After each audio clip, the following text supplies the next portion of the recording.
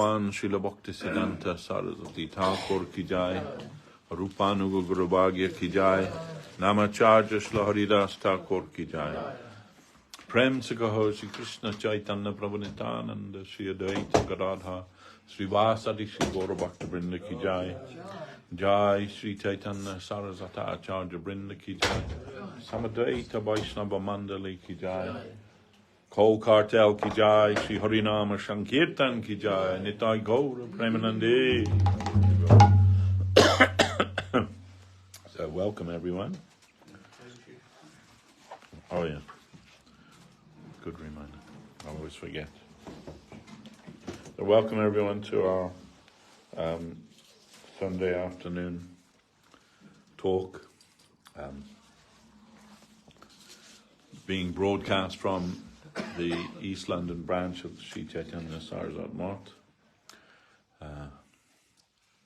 And as we have been doing for some months now, we're going through the books, English books of our founder Acharya Srila Bhakti Rakshak Sridhar Maharaj, which have been compiled from his talks in English between 1982 and 1988 when he disappeared.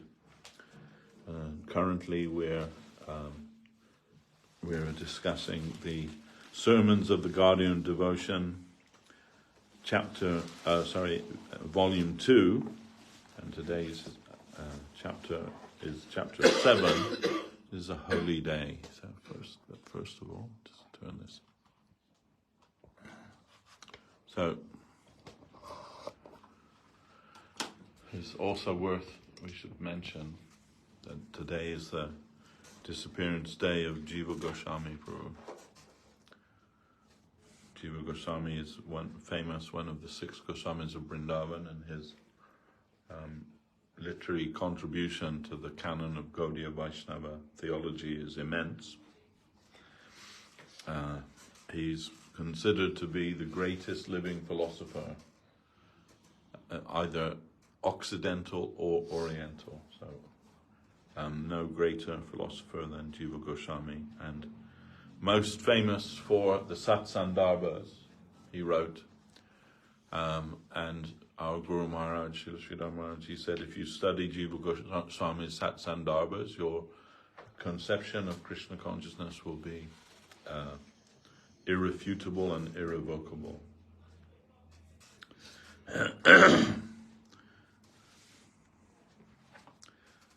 So this is on his disappearance day. Chapter 7, a holy day. So this is another day, not today, but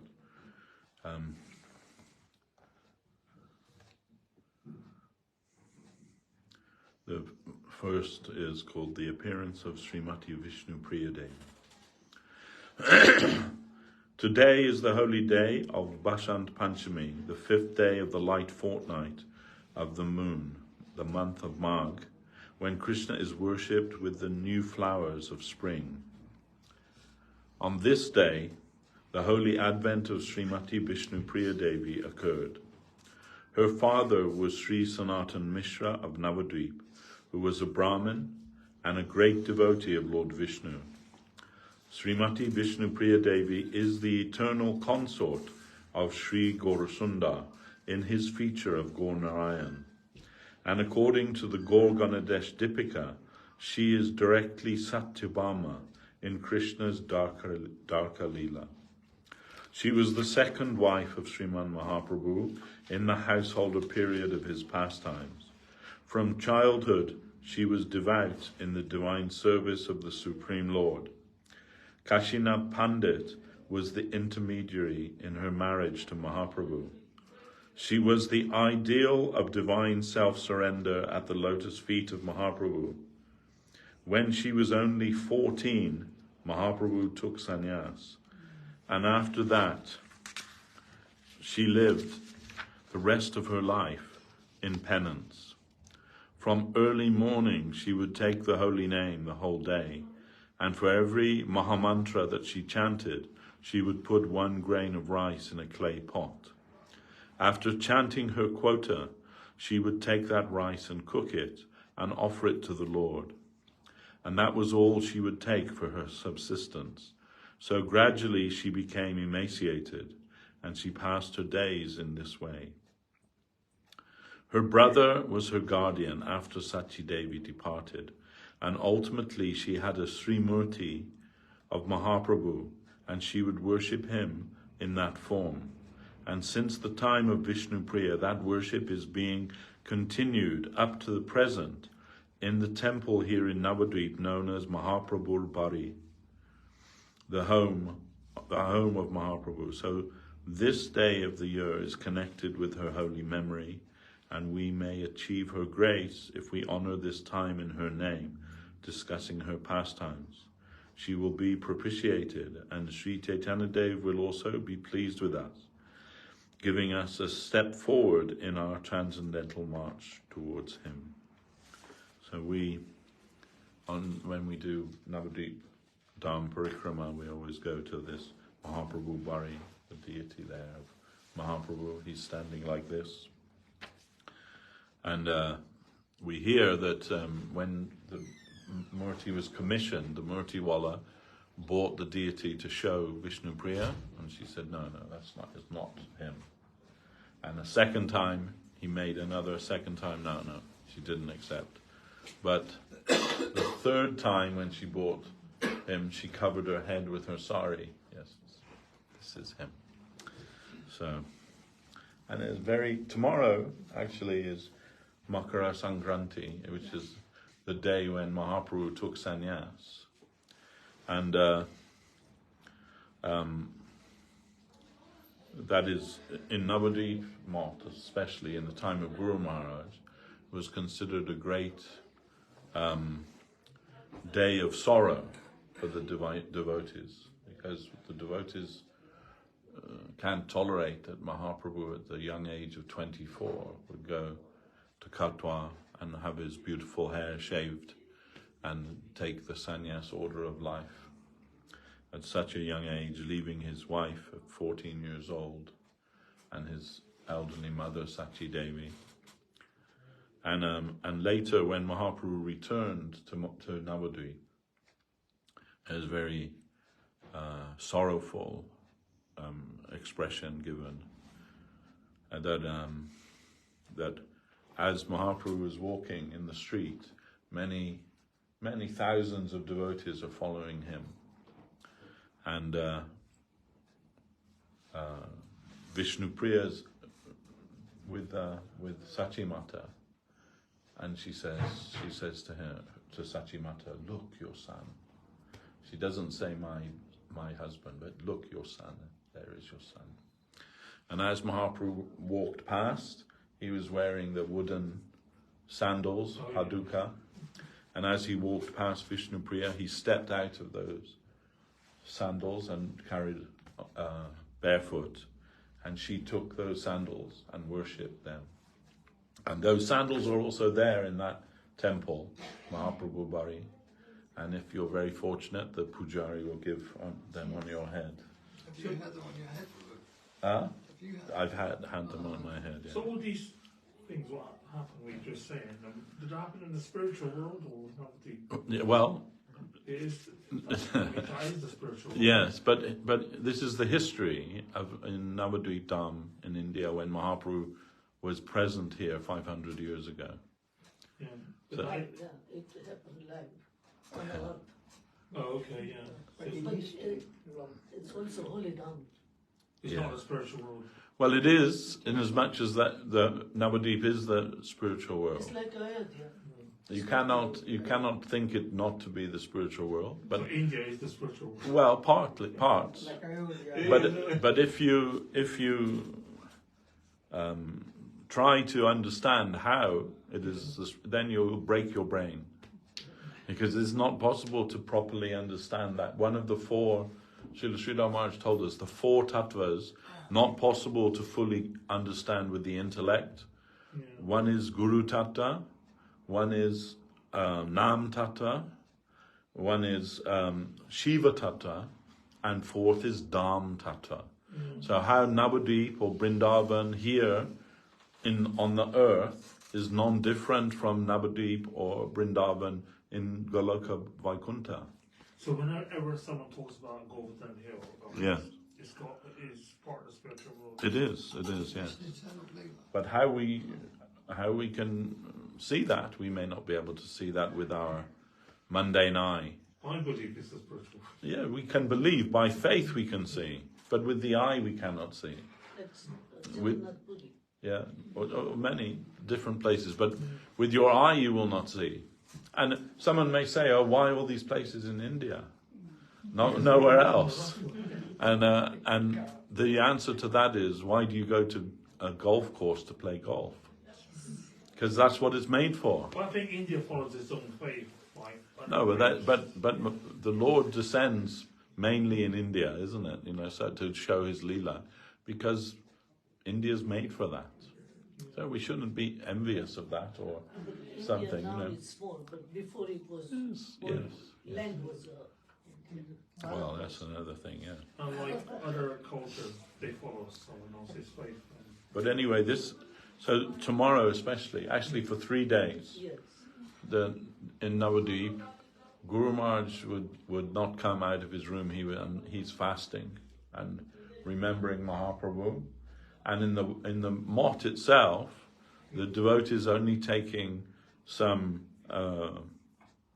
dalna, means dal with some vegetables, very watery, no spices, just very plain, for 3 days. That was Guru Maharaj's. And Guru Maharaj is very much absorbed in that, like the heartbreak of that. For the residents of Navadvip, Nadia, is an unthinkable thing that Mahaprabhu will go and take sannyas.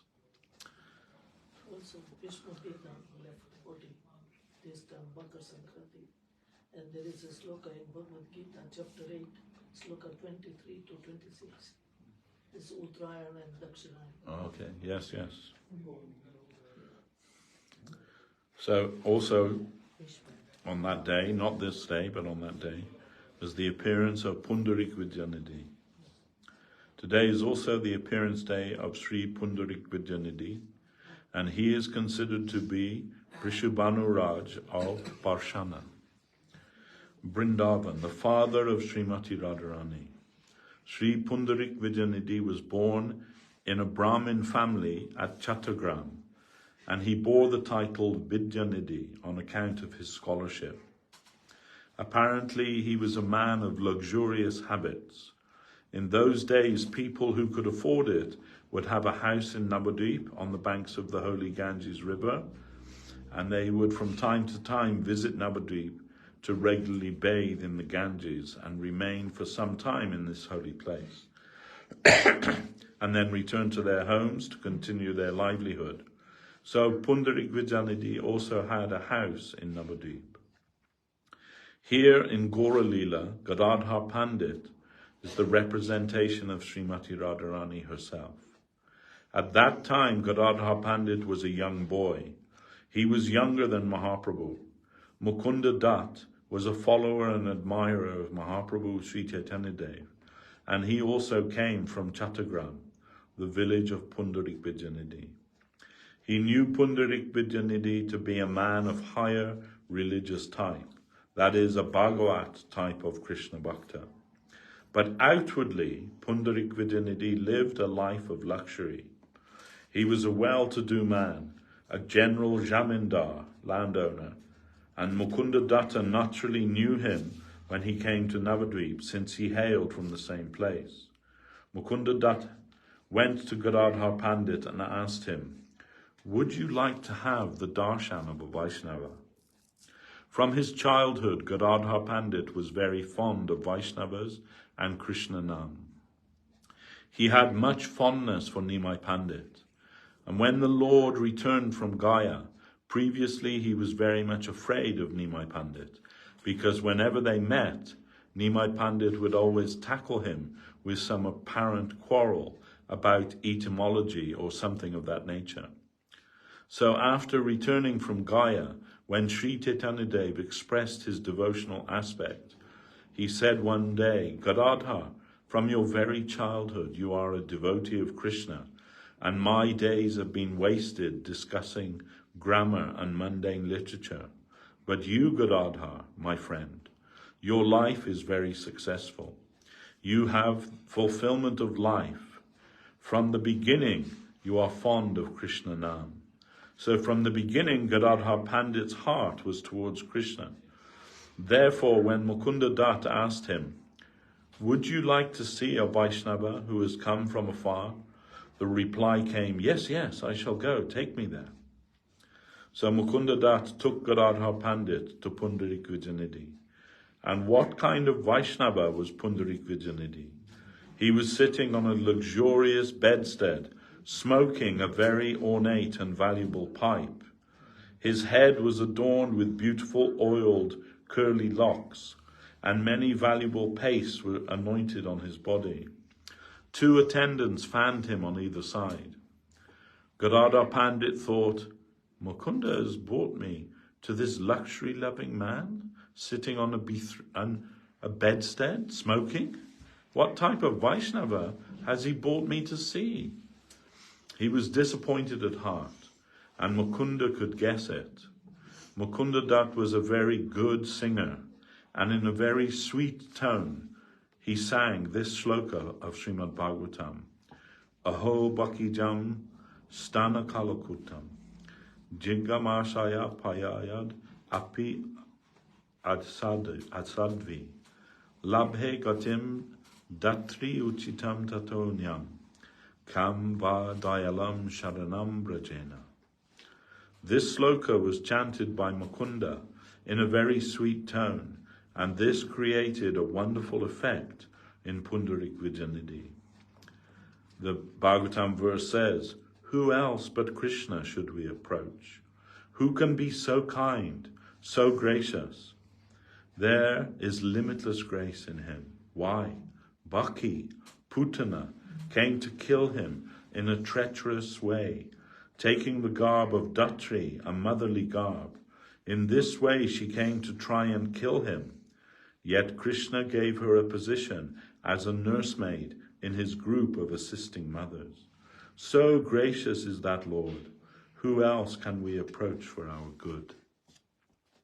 This is the meaning of the verse.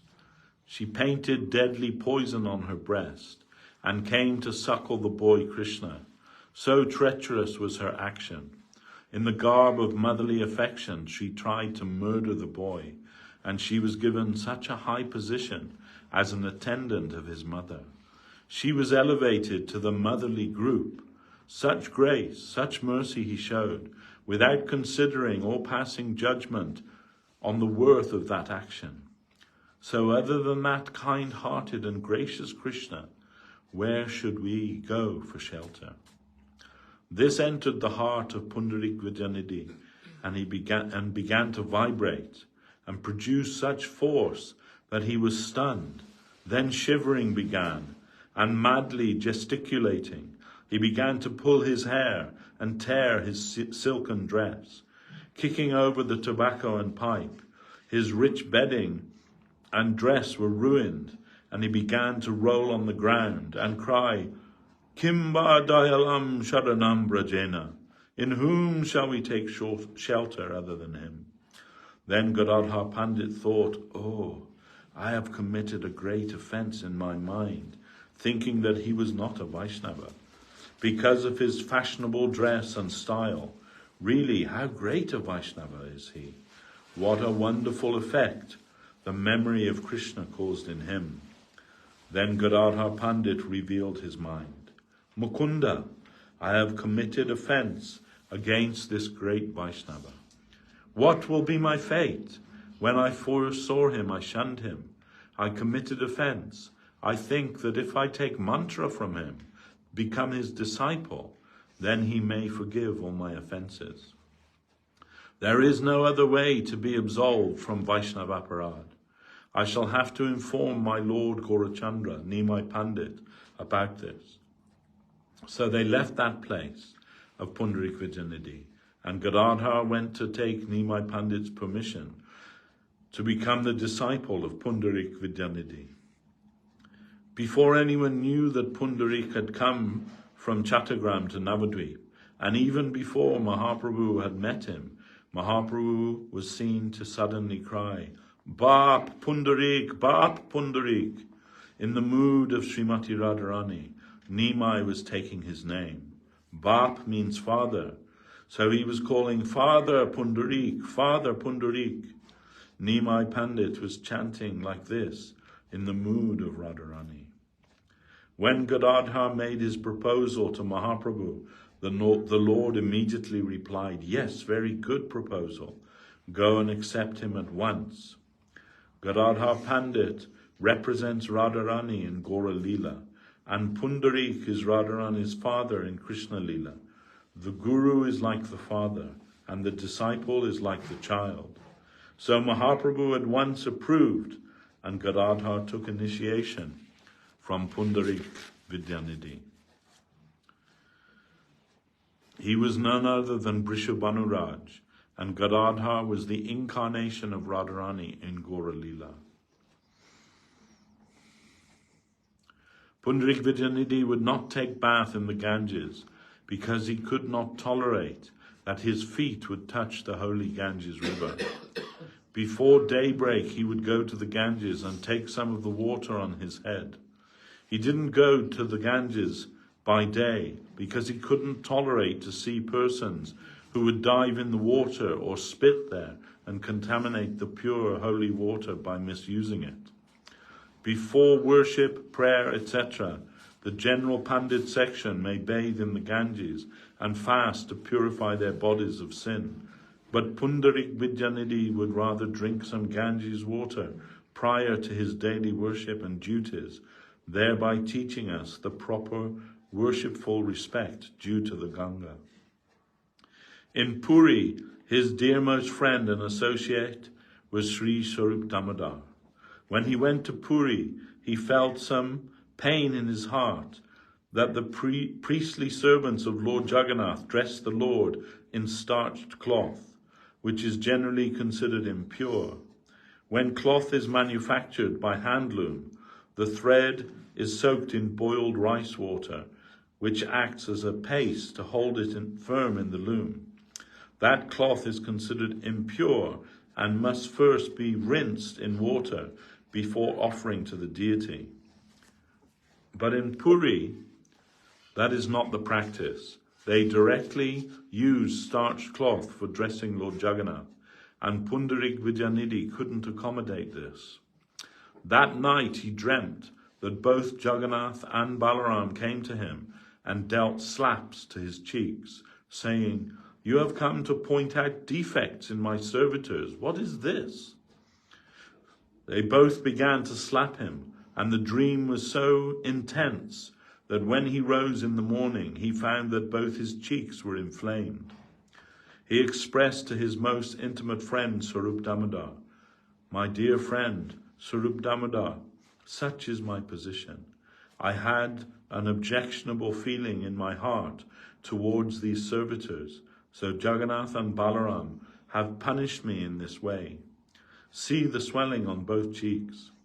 Such was the nature of Pundarik Vidyanidhi. In essence, we are told that he is the father of Srimati Radharani, incarnated here as Pundarik Vidyanidhi. A slight holy association of this day, his appearance day, will help us a great deal in our advancement of spiritual life. And Mahaprabhu also said about Pundarik, said Vidyanidhi? No, not Vidyanidhi, Premanidhi. And from that day he was known as Pundarik Premanidhi. 3. The appearance of Raghunandan Thakur. Thirdly, this is also the birthday of Raghunandan Thakur. He was born in a place named Srikand, near Katwa, in a Kaviraj family, a lineage of Ayurvedic doctors. Raghunandan was the son of Mukunda Kaviraj, who was such a noble doctor that even kings called for him for treatment. Raghunandan was a bachelor his whole life. His figure was extraordinarily beautiful, and he was very fond of dancing. From the beginning, he was, of course, a natural devotee. The family of Mukunda Thakur worshipped their ancestral deity at home. Once, when Raghunandan was a growing boy, who had perhaps only recently received the sacred thread and admission to worship, his father asked him, "I am going out, and I won't return in time. You please worship the deity and feed him. Offer Bhogan for his food." His expression was, "Please try to feed my deity."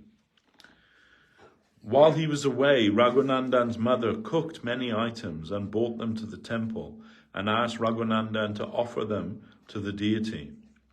Generally, the doors are kept closed during worship, so behind the closed doors, Raghunandan offered and prayed to the Lord. "Please take these dishes I am offering you. Please eat."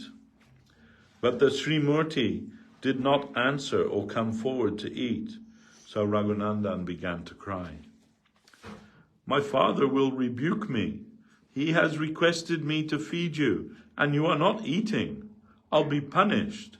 You have to take the food." The sincere boy began to cry in such a way that Krishna had to eat. Raghunandan was satisfied and came out from the deity room. His mother came to remove the prasadam. "What is this? All the plates are empty." Raghunandan replied, "You asked me to feed the deity he has taken." Then his mother said angrily, "You boy, you have eaten it. The deity doesn't eat. We offer everything, and everything remains, and afterwards we take that as prasadam. You wicked boy, you have turned out to be such a rogue. You have eaten everything." No, I did not eat. The deity ate everything." "That is impossible, you foolish boy. Do you want to make a fool of me? That can never happen." He began to cry. "No, I am speaking the truth." "All right, let your father come, and I shall ask him to punish you." Mukunda returned, and Raghunandan's mother complained. "Your boy has grown to be such a rogue. He says the deity has eaten."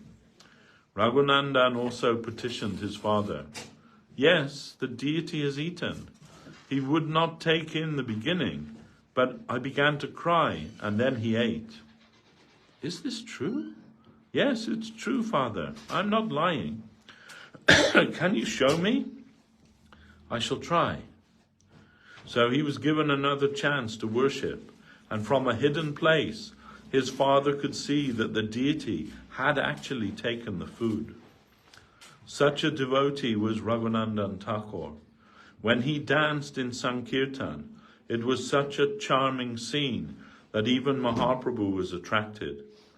During the Jagannath Ratha Yatra, 7 special groups would chant and dance, and in the party from Srikand, we find that Raghunandan was the dancer.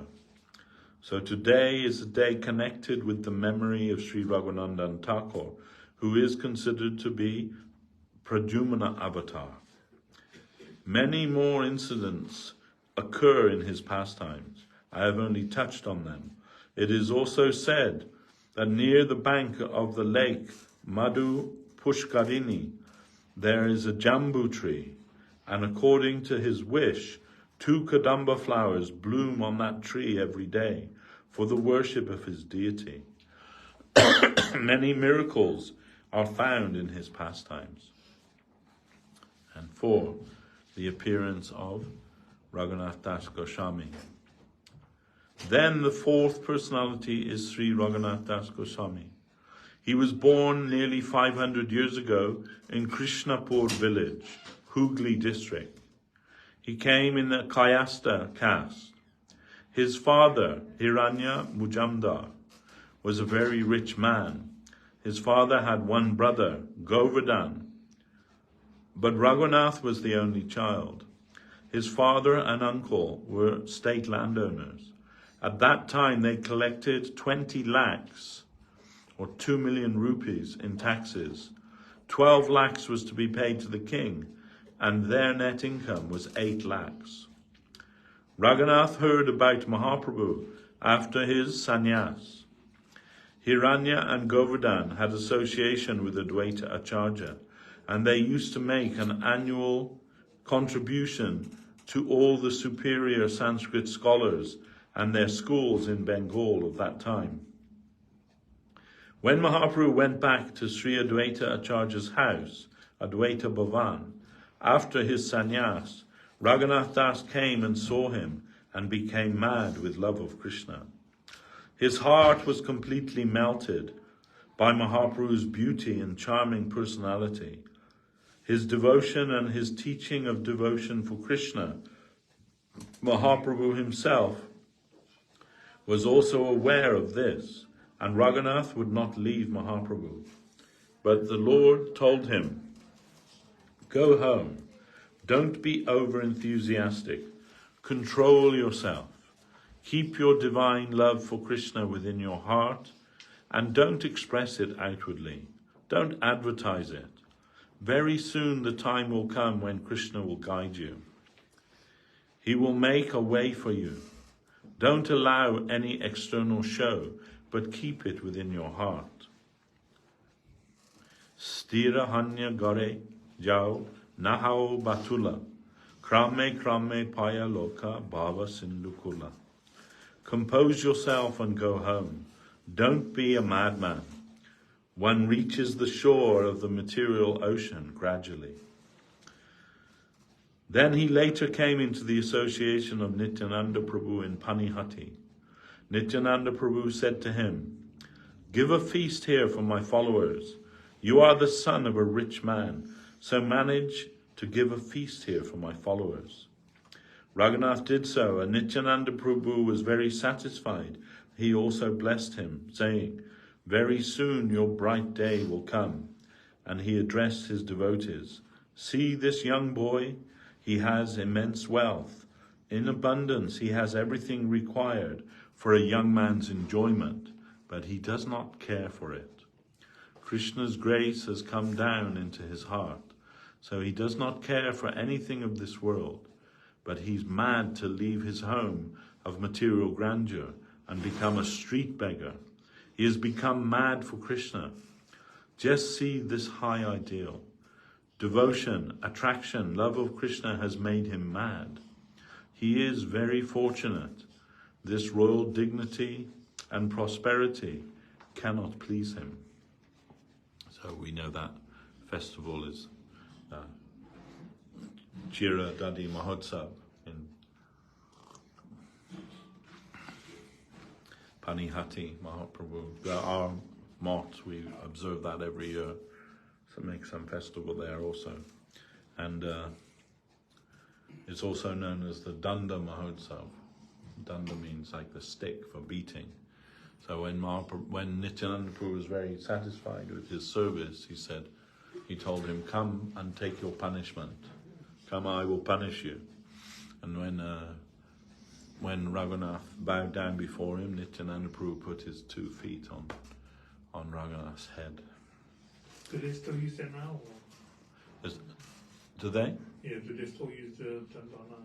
No, it is just called Danda Mahotsav, means the festival of punishment of Raghunath Das. So, like that. Anyway, he returned home, but one day Hiranya and the others noticed that he was no longer entered the inner section of the house. He began to stay in the outer section, and only his father and other guardians thought that his condition had become very grave. So 10 men were engaged to keep guard that he may not leave. His mother wanted him that they would chain him in the courtyard. But his father said, he already has a wife who is more beautiful than Lakshmi Devi, and if she can't keep him at home, no chains are going to keep him at home.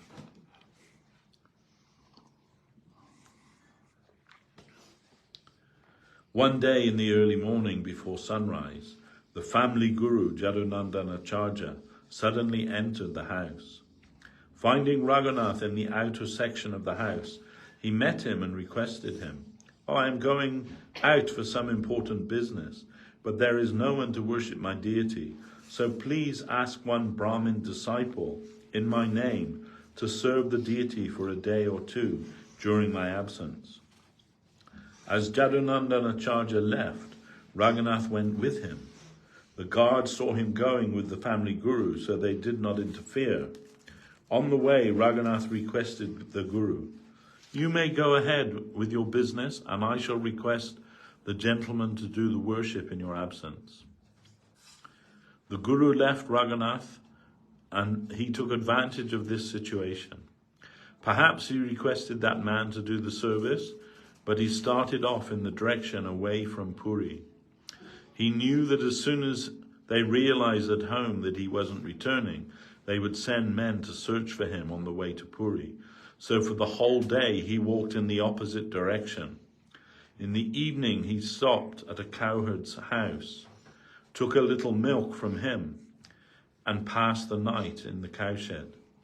Then in the morning he started for Puri. When his guardians found that Raghunath had not returned home, they heard from the guards that he had gone with the family guru. They went to the guru's house, but Raghunath was not to be found. Then they thought that he must have left for Puri, and they sent 10 men to that side. They returned without finding him. In this way, Raghunath cleverly managed to escape. For 12 days he walked to Puri, taking food here and there for only 3 of those days. On the other days, no food was necessary. He was helped by divine love, surcharged. He had already heard that Mahaprabhu was at the Gambhira, the Kashi Mishra Bhavan. He went there and in the courtyard fell in obeisance unto Mahaprabhu. Mukunda Datta announced to the Lord, "Raghunath has come." Mahaprabhu said, "You look after him. He has come with great difficulty, walking and walking without food. Take care of him for a few days, then he will manage for himself." That was the direction of Mahaprabhu, and for a few days Raghunath took prasadam there. After that he began to beg at the gate of the Jagannath temple. His parents now thought that it was impossible to bring him back, and they didn't make any further attempt. But they sent money with one Brahmin and 2 servants, instructing them to hire a house and offer Raghunath a place to stay and see that their son may not die without food. They tried their best, but Raghunath continued to subsist on alms. Over a period of 2 years, Raghunath invited Mahaprabhu to take prasadam at that house, and the Lord did so for his satisfaction. After that, Raghunath left the idea, thinking, "This is only to produce some name and fame for me. Mahaprabhu is not pleased with such prasadam." Sarup Damodar was the dearest attendant of Mahaprabhu, and a very good scholar as well. Raghunath was also a scholar. We find that later he left the world beautiful poetry in Sanskrit. Mahaprabhu gave Raghunath over to the charge of Sarup Damodar, saying, "I request Sarup Damodar to take your charge, and he will advise you what will be necessary for your devotional life." But suddenly, one day Raghunath approached Mahaprabhu. "Why have you managed to take me out of my house, and what is my best benefit? If you please tell me in your own words, my heart will be satisfied." Mahaprabhu said, "I have given you over to the charge of Sarup Damodar. He is more qualified than even myself. Still, if you want to hear something directly from me, then I say this in brief. Gramya kata na shunibe, gramya bata na kahibe, bala na kaibe ara, bala na paribe. Amani manada hanya, Krishna nama shadahat labhe. Brajye Radha Krishna Seva Manase Karibe. Don't indulge in worldly talk. Don't hear worldly talk. Try your best to avoid mundane matters. Don't eat delicious food, but take whatever ordinary food may come on its own account. and don't dress luxuriously. Always try to take the name of Krishna with the attitude of giving respect to others without expecting respect from anyone.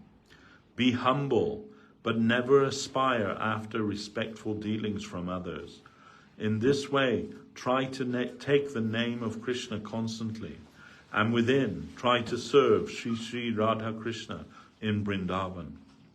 Mentally be in Vrindavan, rendering service to Sri Sri Radha Krishna Lila. Mahaprabhu told Raghunath that this was the essence of his advice to him. Then he again took Raghunath's hand and offered it to the hand of Swarup Damodar. He said, I am giving you the charge of Swarup Damodar. He is the best spiritual teacher, and he will take care of you. After Raghunath's arrival in Puri, Mahaprabhu stayed there continuously for 16 years. After that, Mahaprabhu departed from the world. Raghunath left Puri and went to Vrindavan, thinking, I have what is to be had. Now I only want to see Vrindavan Dham. Once, and then I shall leave this body by jumping from the highest peak of Govardhan. With this idea, he went to Vrindavan, but there he came into contact with Sanatana Goswami and Rupa Goswami. He found the beginning of a new life. He thought, what is this? Mahaprabhu has not departed. He is living in them.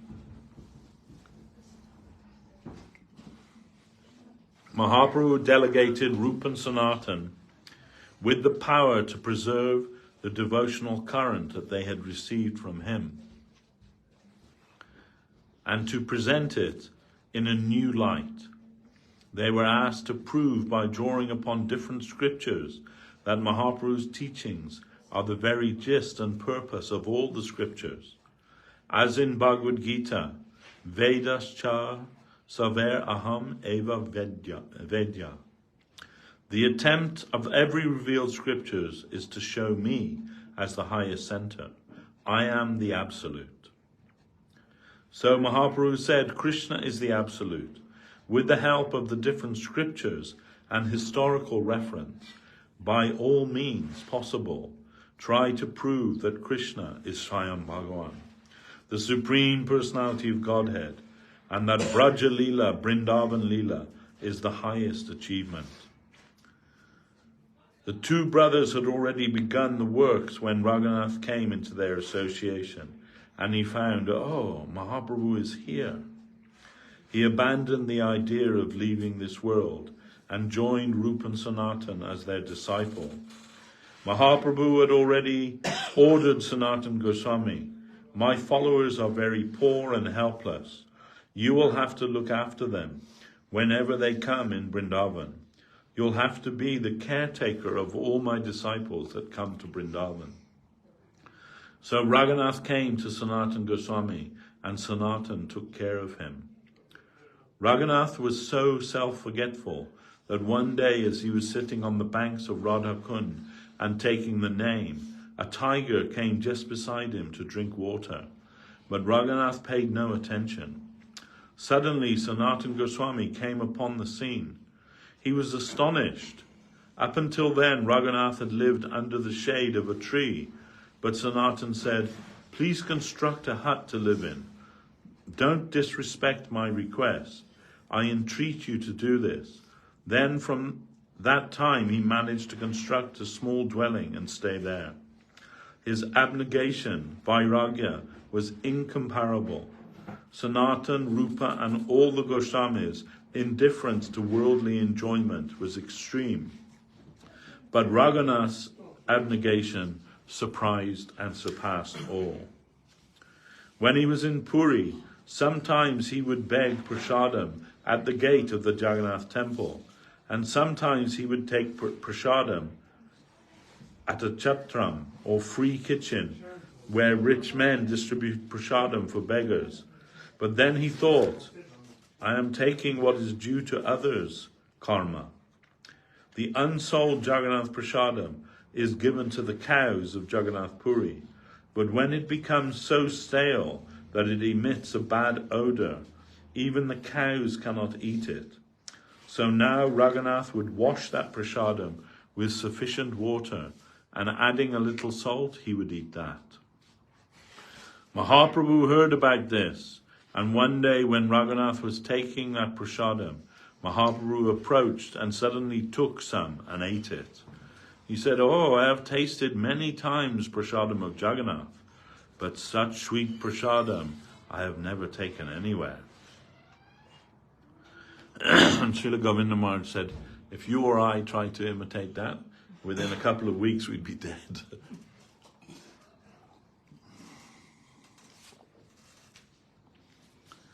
So what is the taste of prasadam? It is not mundane. Raghunath had such intense faith in prasadam that he lived on apparently rotten things with a little salt, and he was the son of a family of kingly opulence. So much indifference was in him. And in his last days in Vrindavan, he would pass each day taking only a pot of gall, buttermilk. This is not possible for a man of flesh and blood. Great souls like the Goswamis are really personalities come down from the other world. And so it was possible for them to show the ideal of abnegation. It is not possible for ordinary humans of flesh and blood to observe such a degree of abnegation without dying. But the Goswamis created the standard and ideal by such vairagya. At the same time, Raghunath studied Rupa Goswami's presentations of the highest type of rasa of devotional sentiment, Madhura rasa. Srila Raghunath Das Goswami appreciated the acme of divine service, the culminating point of divine service, Radha Dasyam, which is servitude unto Srimati Radharani. Therefore he is called the Prayojan Acharya. Srila Sanatana Goswami is generally conceived of by his successors as the Acharya of Sambandha Gyan. Sambandha refers to what is my position in the spiritual hierarchy. That was explained most clearly by Srila Sanatana Goswami. And Abhideya, what we should culture in order to attain to our objective, was mainly given by Srila Rupa Goswami. He taught us how we can attain fulfillment of our life in the domain of love. And what is particularly the highest point of our attainment or prayojana was very vividly shown by Srila Raghunath Das Goswami. In his famous shloka, he said, Ashabarer amrita sindhu maya katanchit, kala mayita gamita kila sampratam hi, tvam chet kripam mahi vidasya naiva kimme, pranay braje na cha boroda baki rinapi. This shloka has given us the highest conception of our attainment in the school of Sri Chaitanya Mahaprabhu. And what is that? Srila Raghunath Das Goswami is addressing Srimati Radharani. O Queen of my heart, for a long, long time I am waiting with great patience to have your mercy, which is so sweet to me that I cannot avoid it. It is heart-melting, heart-attracting, heart-crushing. It is so deeply touching me. I cannot avoid your service connection. Somehow I have managed to come such a long way, to endure such a long time, but I am impatient now. Be gracious. If you are not gracious upon me, I have got no hope. I will come to the end of my patience. My life will end here, so much so that what shall I do with this Vrindavan? Vrindavan is of no use to me. What is the utility of living my life? It is useless. It will end with no utility. I can't love even Vrindavan, which is associated with the Leela of Krishna. To say nothing of Vrindavan, I can't relish the company of even Krishna without you. Without you, even Krishna is meaningless to me. I can't tolerate, I can't relish either in my own life or this environment, or even Krishna. If he himself comes to grace me, I can't relish that without your connection. So please be gracious upon me. You are all in all. Without you, Krishna consciousness is not Krishna consciousness. Your position is so great, so beautiful in Krishna Leela. You are the center of the Leela of Krishna. Without you, I cannot conceive of my life without worth living.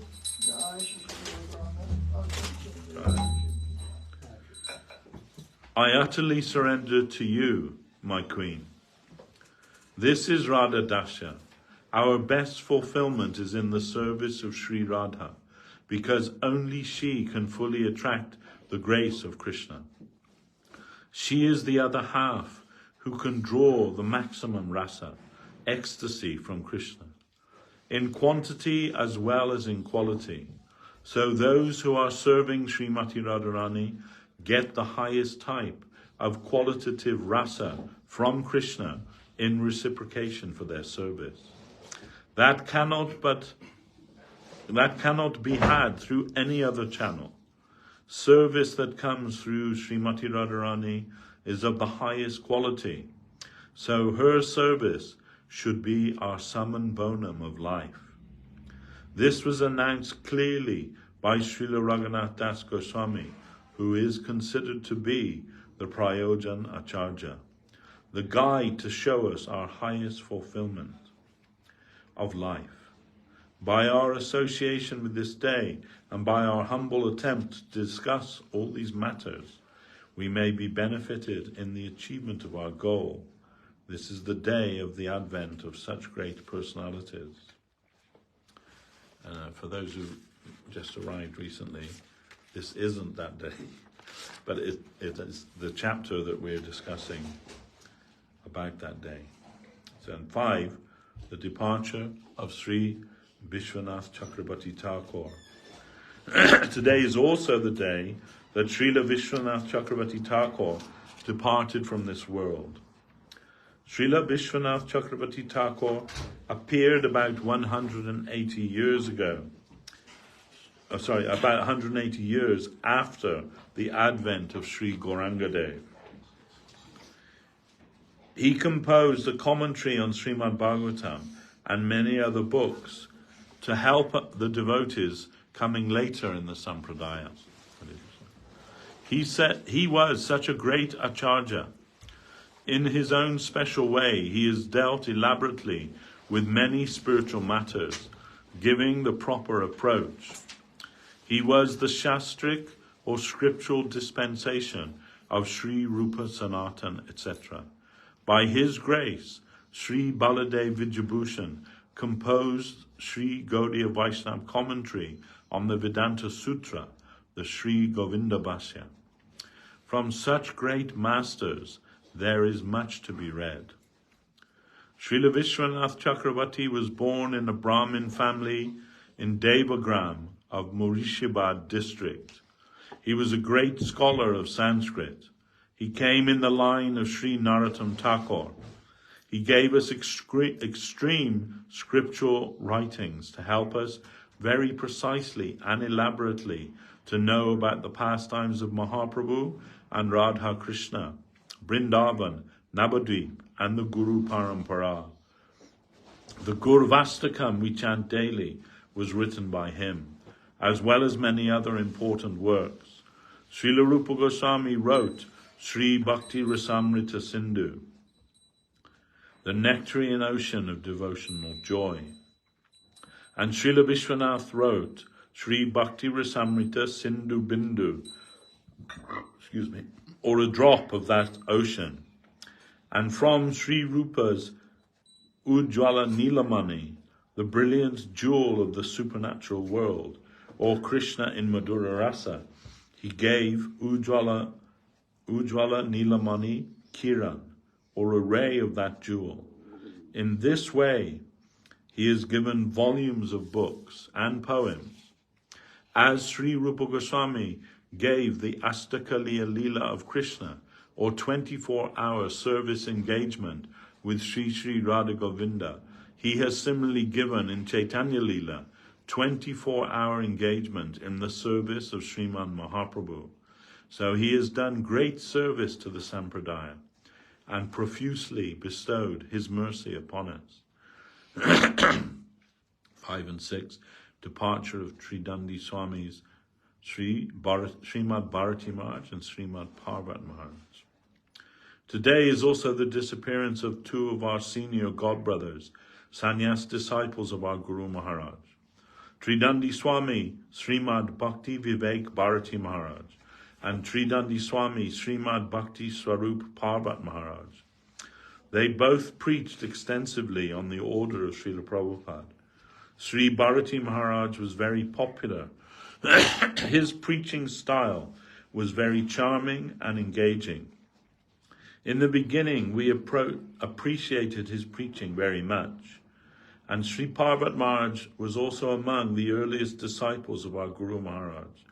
He was born at Swarup Ganj, on the other side of the Ganges from here, Navadvip.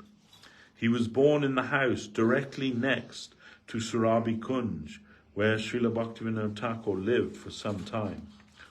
During his childhood, he told me that he saw Bhaktivinoda Thakur chanting the name.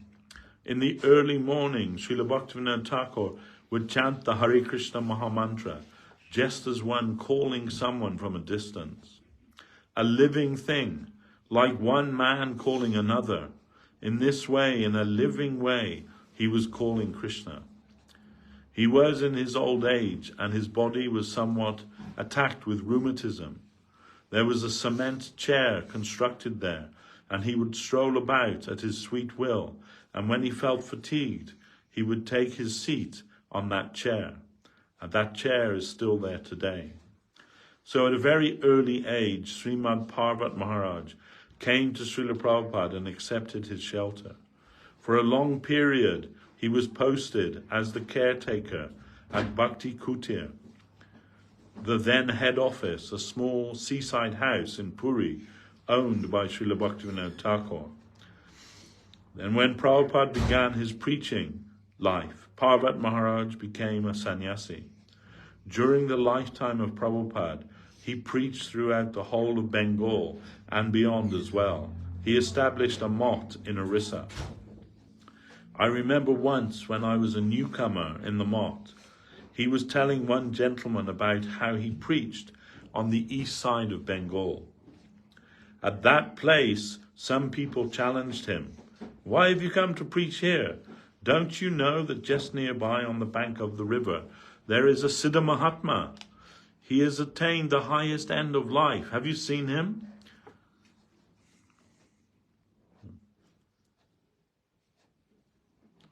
Parvat Maharaj replied to them, "I have seen many Siddha, like elucidates, etc. Siddha may mean perfected soul, but another meaning of Siddha is boiled." So he was saying, I've seen many Siddha, many boiled things, boiled potatoes, boiled cabbage, etc. We already have so many boiled things. They said, "What are you saying? You're insulting him." He replied, "This is no insult. Those who are full of all those siddhas, they know nothing. What Mahaprabhu has brought us is the highest. All other proposals are trash and nasty things. We have come from a great Mahatma to carry to you the highest objective, the summum bonum of life. Accept Mahaprabhu and Bhagavatam. We hate all those siddha impostors who are deceiving the people in the garb of religion." Such was the great preaching of Sri Gaudiya Math in those days. To my best capacity, I have tried to represent to you my humble knowledge of those Mahatmas, and I pray that they may be propitiated and give us their favor.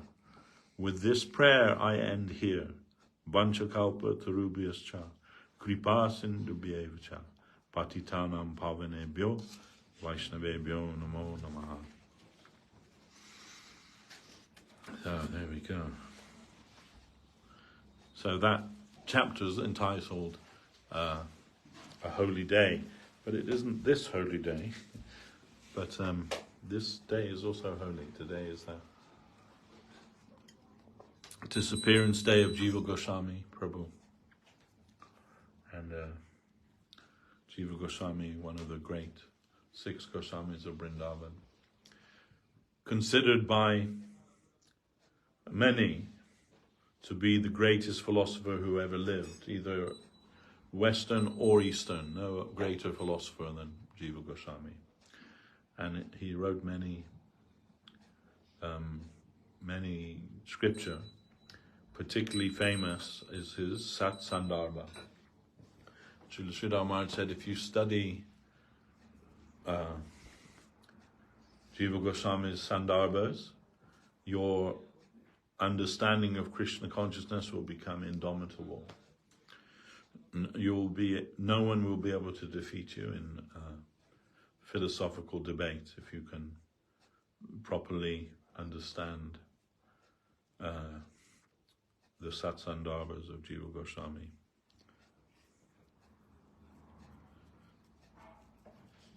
But we have looked at them, and Srila Maharaj, of course, he has looked at them, but sometimes too much intellectualism may be injurious for the devotees. Srila Bhakti Maharaj asked me, what are you reading? What are you reading lately? And I said, Jiva Goswami's Shandarbha. And he said, so you understand the Siddhanta now? To which I have to say, no. Yes. So one of our friends, dear friend actually, a very good devotee and translator, and he can speak, read Sanskrit, Bengali, very nicely, everything. And he began studying the Sandarbhas his way. And then he found some things there. I find some difference, what he's saying and what I've heard from Bhaktivinoda Thakur, what I've heard from Sridhar Maharaj, like that. And what do you say? I said, what do I say? He said, can you reconcile these things? I said, why are you asking me? I'm just a bloke. You're asking me to reconcile Jiva Goswami and Bhaktivinoda Thakur. And the only thing I can say is that what different acharyas have given about a particular subject doesn't mean that that's it, that there's nothing else to be said, or there's no other way of seeing things. Different acharyas, they see things differently according to their particular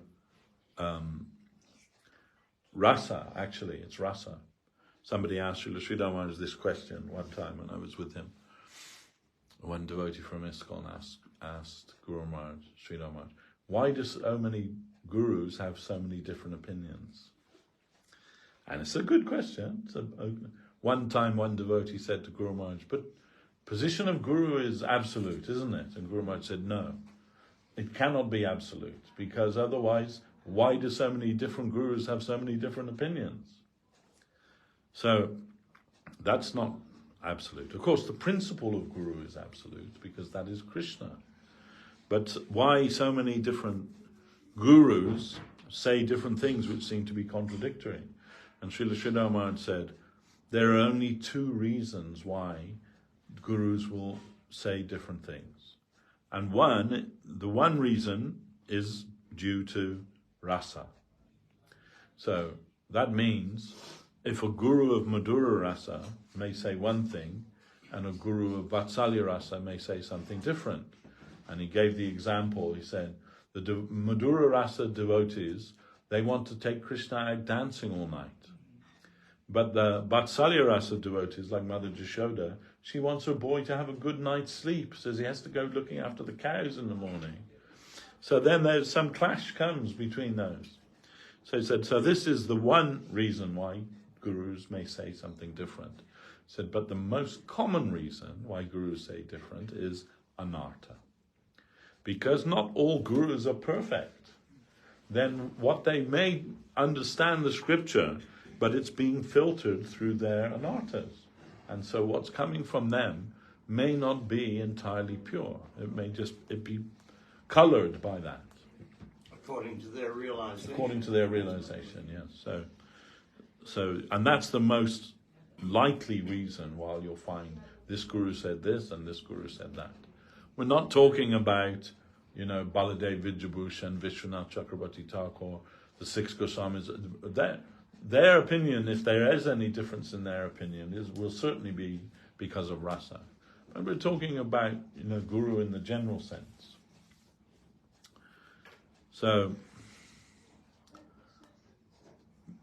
then he asked me, can you reconcile what Jiva says about this and what Sridhar Maharaj said about this, what Bhaktivinoda Thakur said? I said, no, I can't.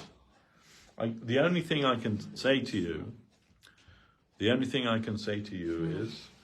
that Srila Sridhar Maharaj has studied the Sandarbhas of Jiva Goswami, and he hasn't come to the same conclusion that you've come to. So what do you think is more likely, that he got it wrong or you got it wrong? And he said, yes, it must be that I got it wrong. I said, yes, Prabhu, it must be. How can we judge or give opinion, because we are not in the... No, exactly. That's why I said, why are you asking me that to reconcile that? I have no qualification for that. Take it in two ways. Yeah, so then it is all like that. And of course, all translation is interpretation.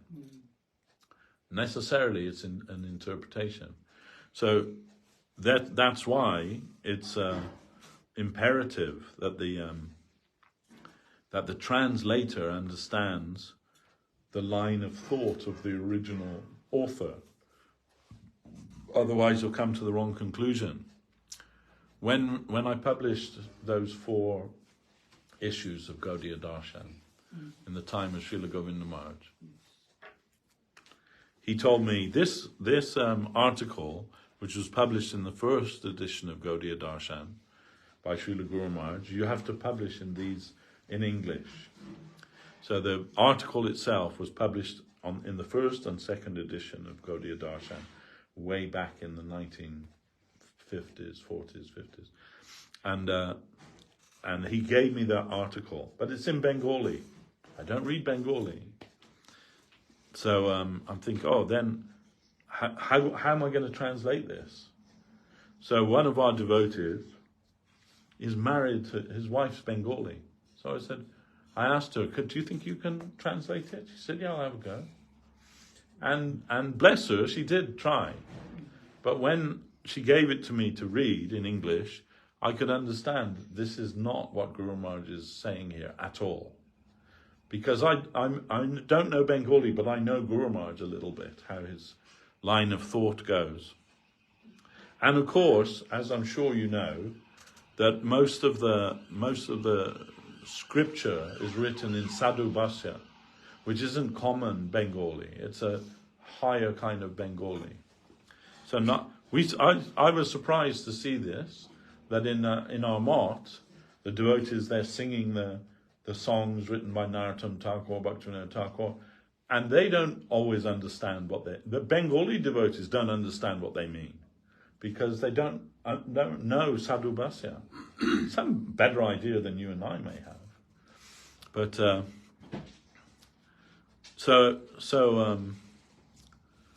anyway, then I asked Bhakti Prapanna Tirtha Maharaj, can you translate it to English for me? And he did. And his translation, I won't say it was perfect, but it was very good, and Srila Govinda Maharaj approved that translation. But the difference between the two was, it was like chalk and cheese. Because, with the best will in the world, she wasn't able to understand Guru Maharaj's line of thought. Although she's Bengali, she couldn't, and the article's written in Bengali, she couldn't follow what the line of thought was. came up with something, maybe some similarity, but it didn't really have the proper meaning to it. I have a biography translated, biography of Madhava Maharaj. Yes. And it was done by a lady in Calcutta. And, you know, I was trying to edit it. Yeah. I had to give up. I've still got it sitting on a shelf. It's all handwritten. Okay. But you can clearly see that, like you say, power to her for trying to do it, Right, and right. having spent the time. But her understanding of philosophy is not there. Right. And some parts almost look like, you know, like Mayavadi philosophy. And that's not what they're saying. I can tell what it was meant to say. But, Yeah. you know, but the whole thing's like that. It's about 300 pages. It's always, when you translate something into another language, it's going through the filter of your own consciousness, your own conception, your own adhikar. So. I think that's why Bhagavad Gita has been translated so many times. Yes. So many languages. Yeah. But that's why Srila Prabhupada called it Bhagavad Gita as it is. Because it's not somebody else's idea about what, you know, that Krishna is the embodiment of the unborn Brahman and he's speaking through blah, blah, blah. We know all those things. And we can say that before Srila Prabhupada's Bhagavad Gita as it is, there were at least 20 English translations of Bhagavad Gita available in the bookshop. But I can say with absolute certainty that not one of those translations made anyone become a devotee of Krishna. But when Srila Prabhupada, people read Srila Prabhupada's Gita, hundreds and thousands of people became devotees of Krishna. So, you know, Gita has been translated since 1745. Right. Yeah, First English publication of Gita, 1745. wow. So there must really have been a lot of Gitas. Yeah. And that was also completely like, you know, to our thinking, bogus. Yeah. So, and Prabhupada says that in his own purport, only one who is a devotee of Krishna can understand Bhagavad Gita. Trying to wangle out some other concocted idea of it. Because actually, Gita is very straightforward. Krishna says what he means and he means what he says. You don't need to try and interpret, to put another meaning on what he says. Very, very straightforward, he's telling. I did an interfaith thing in Phoenix, Arizona, and there were, you know, different groups, Christians, what do you call it, Baha'i? Oh, yeah. And Sikhs and what have you, Muslims. And, you know, I got to say my thing and explain Vaishnavism and stuff. And then I was followed by this Baha'i person. He got up and the way he started his speech, the very first thing he said was, and he looked at me on stage, it was on a stage, Yeah. and he said, what he meant to say was, and then he starts talking about the same, you know, similar subject. Right. Completely altered, you know. Yeah. No, I don't need you to speak for me. I just said what I said because with intent, not, you know. So even there, you can see this tendency toward distortion and, you know. Yeah. Right? And Gita is, People want to do that. and in his introduction to Guru Maharaj's Gita, Srila Govinda Maharaj says, you know, that so many people get inspiration from Bhagavad Gita, not just spiritual inspiration. So like he said like the anarchist party in Bengal, they always would carry a Gita in their shirt pocket, and they would say that was their inspiration for anarchy, you know. They got that from there. So you can find many things. If you're looking, if you want to, you can twist out some meaning from it. But the meaning is clear. The meaning is to show that Krishna is the Supreme Lord. He is the cause of everything, but he is also friendly to us. And we are to try to surrender to him, to become his devotee, do everything as an offering unto him, and then we can come to him.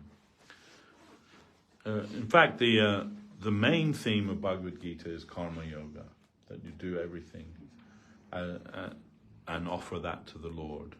But within that, we also find bhakti yoga. And Srila Prabhupada's translation, Bhagavad Gita as it is, he's able to extract bhakti from every verse, practically speaking, Bhagavad Gita as it is. And when Srila Sridhar Maharaj's commentary on Bhagavad Gita is called The Hidden Treasure of the Sweet Absolute.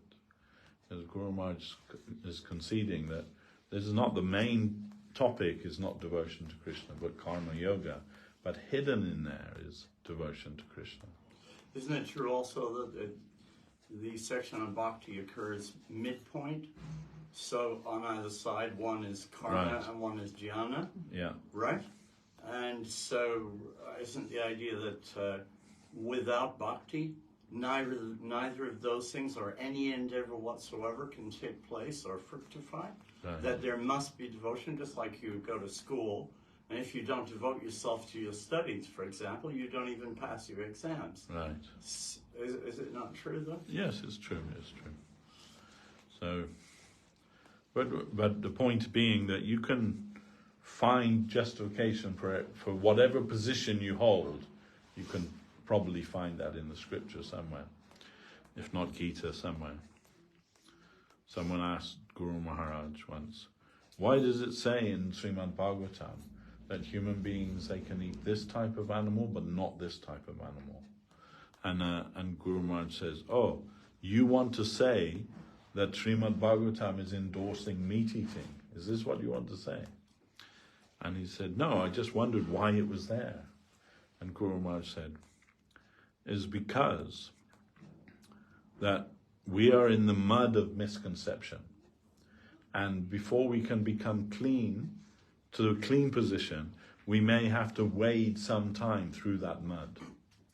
So what the Bhagavatam is saying, if you go this direction, you're going to get deeper in the mud. So don't go in that direction, go in this direction, and then you'll come out more quickly. So Bhagavatam recognizes that everyone's at a different stage of their own spiritual evolution. And so some things are necessary to help us go in the right direction. Although that may not be, the pure, unadulterated meaning. It is helpful to us towards that end. So, and Guru Maharaj's, that talk we just read, especially regarding Raghunath Das Goswami, Guru Maharaj giving some very high things there about Radha Dasyam. It is a very peculiar to our sampradaya, actually. Srila Bhaktisiddhanta Saraswati Thakur, he wrote that Vaishnava means who worships Vishnu. That is the meaning of Vaishnava. And those who worship Krishna, they are called Karshna. But those who worship Srimati Radharani, they are called Gauriya. So Gaudiya means the worshippers of Srimati Radharani. And so although we consider ourselves as Gaudiya Vaishnavas, Saraswati Thakur said, we are actually the Shuddha Shaktas, because she is the ultimate Shakti, Srimati Radharani, and we are all aspiring to be worshippers and followers of her. So the Gaudiya Vaishnavas, they are actually Shuddha Shaktas. In the pure sense, Shuddha meaning pure, in the pure sense. So, anyone have a question? So then we can finish our talk for today. Lakshmi, did you want to ask something? Oh, sorry, I thought you were. No. Okay. So we can finish our talk for today, and are they ready for the arti? Offering finished?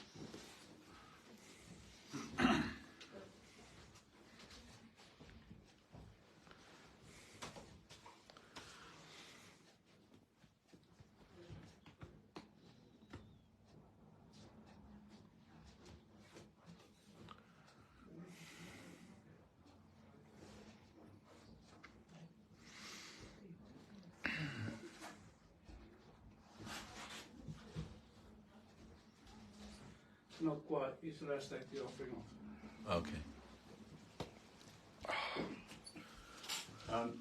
Prabhu, what's that book you're reading from, please? Sermons of the Guardian of Devotion, Volume 2. You have that? Yes. Can I get that from you, please? Yes, of course, yeah. There are actually 4 volumes. Really? Yeah. The third and fourth, they're out of print. Very difficult to find those. But so it was my idea, or is my idea, that in 2025, in 2 years' time, or 1 year time now, isn't it? That there will be the 40th anniversary of the installation of Guru Gauranga Radha Shyam Sundar here in London. And it was my idea to republish all 4 volumes in 1 volume for that. And maybe with some new chapters as well, which hadn't been published before. So I hope I can do that. Unfortunately, my eyesight isn't very good anymore. So, but if I can get help, then I want to do that.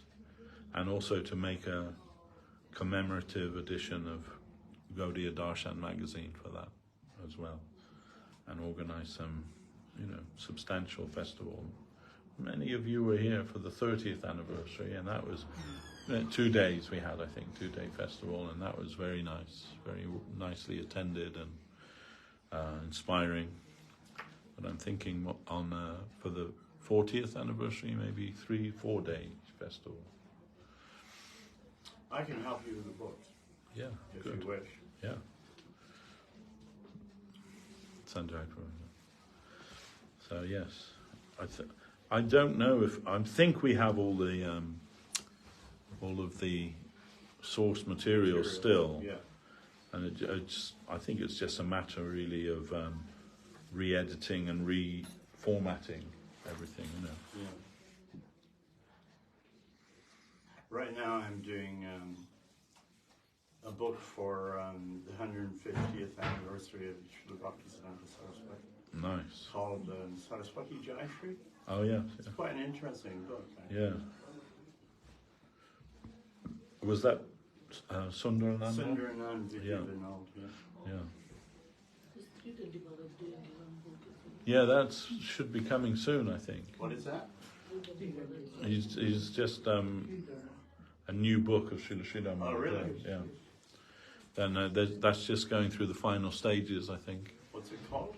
I don't know. I don't know. Who's in that? No, Tridandi Maharaj with Madhusudan Maharaj. So yeah, I think it's like finished. It's just getting it ready for printing.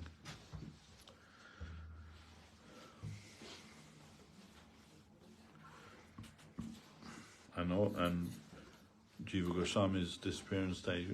Actually, Sridhar Maharaj said we're considering Bhaktisiddhanta Saraswati Thakur to be the manifestation of Jiva Goswami, or reincarnation of Jiva Goswami.